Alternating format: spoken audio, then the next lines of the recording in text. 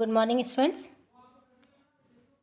आज हम देखेंगे भारत में कृषक समाज की अवधारणा।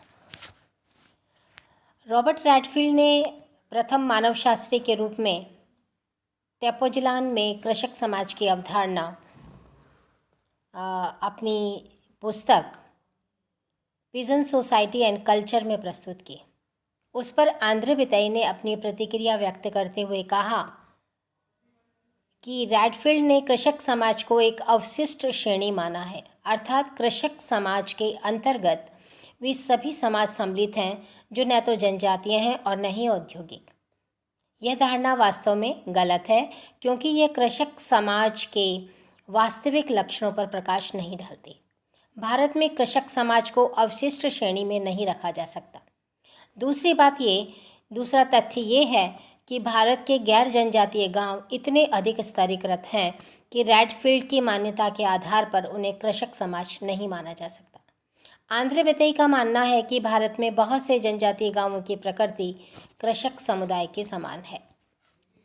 तो इस तरह जो छोटी घुमंतू शिकारी व फल फूल एकत्र करने वाली जनजातियों को छोड़कर बहुत सी जनजातियां भी समुदाय के रूप में संगठित हैं और एक स्थान पर रहकर खेती करती हैं। जैसे संथाल, उराव, मुंडा जनजातियां ऐसे समुदाय हैं जो स्पष्ट रूप से ग्रामीण समाज के अंतर्गत आती हैं। इसके अतिरिक्त भी अन्य आधार हैं जिनसे रैडफील्ड की कृषक समाज संबंधी अवधारणा स्पष्ट नहीं होती है। जैसे नंबर 1, रैडफील्ड ने कृषक समाज को समरूप समुदाय माना। भारत के संदर्भ में इसे उचित नहीं माना जा सकता क्योंकि यहाँ एक ही गांव में रहने वाले विभिन्न धर्म जातीय मान्यताओं के लोग साथ साथ निवास करते हैं। कुछ व्यक्ति भूमिहीन श्रमिक के रूप में कार्य करते हैं, कुछ खेती करते हैं, कुछ भूस्वामी होकर भी भूमि को नहीं जोतते, खेती के अतिरिक्त अन्य कोई कार्य, छोटे उद्योग आदि करते हैं। सांस्कृतिक आधार पर भी वहाँ समरूपता नहीं पाई जाती।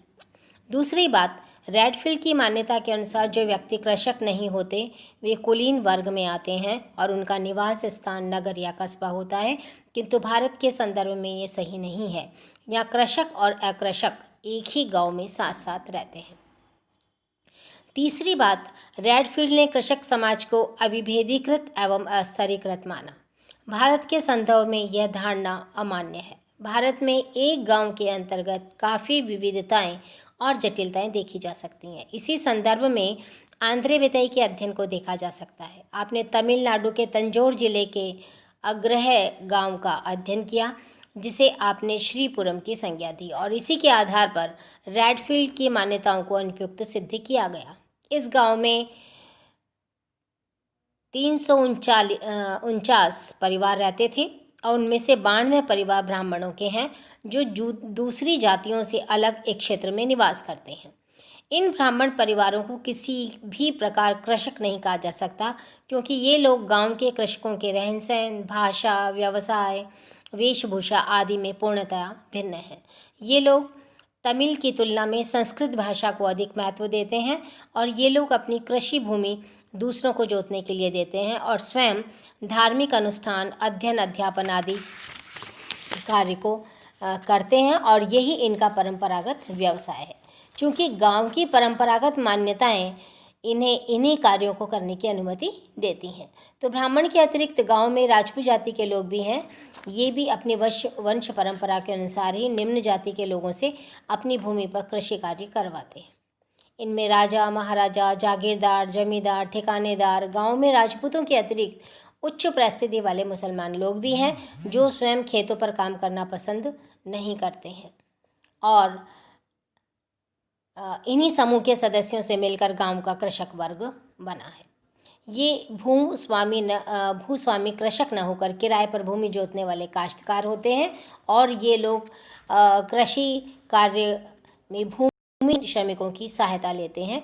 इस प्रकार गांव को कृषक गांव नहीं कहा जा सकता अथवा यहाँ के निवासियों को कृषक समाज नहीं कहा जा सकता। गिलो एंटिनो ने तंजौर जिले की किलाउर गांव की चर्चा की।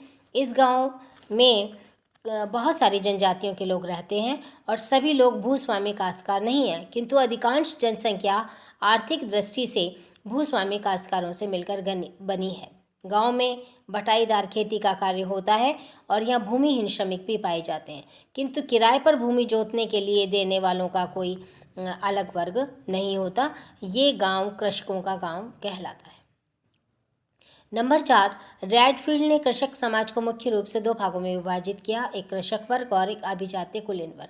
किंतु आपके द्वारा प्रस्तुत कृषक समाज की यह अवधारणा सर्वव्यापी नहीं हो सकती, क्योंकि भारत के गांवों में अनेक समूह ऐसे हैं जो इन दोनों में से किसी वर्ग में नहीं आते। मिट्टी के बर्तन बनाने, बढ़ाई का काम करने वाले, लोहारगिरी करने वाले, दस्तकार आदि न तो कृषक हैं न अभिजातीय वर्ग। अतः इस आधार पर भारत के ग्रामों की प्रकृति नहीं समझी जा सकती। रैडफील्ड द्वारा की गई कृषक समाज की अवधारणा आर्थिक आधार पर अधिक आधारित है, किंतु भारत में सामाजिक, धार्मिक, सांस्कृतिक आधार भी महत्वपूर्ण है और इसलिए केवल आर्थिक आधार पर भारत के कृषक वर्ग का सही आंकलन नहीं किया जा सकता। छठी बात यह कि आंद्रे बेतई द्वारा प्रस्तुत अध्ययन से स्पष्ट होता है कि भारतीय ग्रामीण संरचना में कृषक समुदाय के निर्धारण में जाति के स्थान पर परिवार को आधार दिया जाना श्रेयस्कर है। आपने लिखा कि सही अर्थों में कृषक परिवार उसी को कहा जा सकता है जिसके सभी सक्रिय सदस्य, चाहे वे स्त्री हों या पुरुष, खेत पर काम करते हों। तो यहाँ प्रश्न ये हो सकता है कि जिन परिवारों में पुरुष वर्ग खेतों पर कार्य करते हैं और स्त्रियाँ कृषि कार्य करने से स्त्रियों को रोक दिया जाता है, तो क्या वे परिवार कृषक परिवार के अंतर्गत आएंगे अथवा नहीं। इस संदर्भ में ये कहा जा सकता है कि भारत में प्राय स्त्रियों को घर के बाहर अथवा खेत पर जाने की आज्ञा नहीं दी जाती, क्योंकि ऐसा करने पर सामाजिक दृष्टि से परिवार की स्थिति निम्न हो जाती है। यह स्थिति हिंदुओं के लिए ही नहीं है बल्कि मुसलमानों के लिए भी है। तो भारत में समृद्धशाली परिवारों की स्त्रियां खेतों पे काम नहीं कर सकती, निम्न जाति की स्त्रियां खेतों पे सक्रिय रूप से काम कर सकती हैं। अतः इस संदर्भ में ये कहा जा सकता है कि आंध्र बेतई के अनुसार निम्न जातियों के परिवार पूर्णतया कृषक हैं, जबकि उच्च जातियों के परिवार कृषक नहीं हैं। भारत में कुछ कृषक ग्राम हैं, तो कुछ ऐसे भी ग्राम हैं जहाँ कृषकों के अतिरिक्त अन्य लोग भी रहते हैं, जो आर्थिक, सामाजिक एवं राजनीतिक दृष्टि से महत्वपूर्ण हैं। अतः यह कहना कि जनजातीय एवं नगरीय भारत को छोड़कर शेष संपूर्ण भारत कृषक समाज के अंतर्गत आता है, तो ये सही नहीं होगा और सारांशतः हमें कह सकते हैं कि कृषक वर्ग और कुलीन वर्ग का सहअस्तित्व भारत के गांवों का एक सामान्य लक्षण है और कुछ का विशिष्ट लक्षण भी हो सकता है। यह गांव की यूरोपीय अवधारणा से भिन्न प्रकार की विशेषता है, किंतु आत्मविश्वास के साथ कुछ कहने के लिए हमें कुछ तथ्यों के आधार पर इस बात को और प्रूव करना पड़ेगा। और हम ये देखते हैं कि B.R. चौहान ने अपनी कृति ए राजस्थान विलेज में राजस्थान के गांव राणावतों की सादड़ी का अध्ययन किया और कृषक समाज की अवधारणा संबंधी कुछ महत्वपूर्ण बिंदु उस आधार पर उन्होंने रखे। पहली बात ये कि यदि आर्थिक कारणों से गाँवों में सभी कृषक तंबाकू, कपास, तिल, मूंगफली फसल उगाने लगें जिससे नगद राशि प्राप्त करने में सहायता मिले, तो ऐसी स्थिति में कृषक और किसान का अंतर समाप्त हो जाएगा। दूसरी बात, रैडफील्ड ने कृषक समाज के दो वर्ग, कृषक और अभिजात्य वर्ग किए, परंतु गांव में रहने वाले अन्य लोग जैसे मिट्टी के बर्तन बनाने वाले, भिन्न भिन्न प्रकार के औजार बनाने वाले आदि के संबंध में कोई विचार नहीं किया गया। तीसरी बात, रैडफील्ड द्वारा कृषक समाज संबंधी अवधारणा आर्थिक विभाजन को तो स्पष्ट करती है, किंतु सामाजिक, धार्मिक एवं प्रशासनिक संरचना में उसको कोई स्थान नहीं दिया गया और इसके अभाव में ग्रामीण समाज को भली भांति समझना कठिन है। तो सारांशतः हम ये कह सकते हैं, ये निर्विवाद रूप से कहा जा सकता है कि कृषक समाज के संदर्भ में विदेशी विद्वानों द्वारा दिए गए विचार भारत की ग्रामीण संरचना के संदर्भ में उचित नहीं हैं, क्योंकि भारतीय ग्रामीण परिस्थितियां विदेशों की तुलना में भिन्न हैं।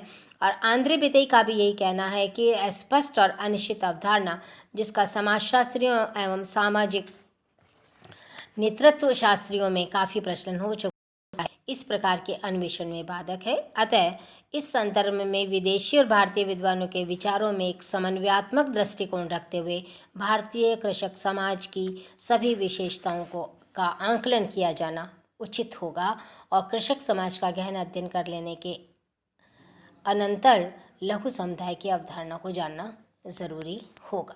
तो इस तरह कुल मिलाकर आंद्रे बितेई ने रैडक्लिफ ने चूंकि विदेशी आधार पर कृषक समाज की अवधारणा को समझाने का प्रयास किया, वहीं आंद्रे बितेई ने बताने का प्रयास किया कि किस तरह हमें भारतीय परिस्थितियों में ग्रामीण समाज की परिकल्पना करनी होगी। हमें ग्रामीण समाज को परिभाषित करना होगा, ग्रामीण समाज की परिस्थितियों को देखना होगा और ग्रामीण समाज में पाए जाने वाले विभिन्न वर्गों की व्याख्या करनी होगी।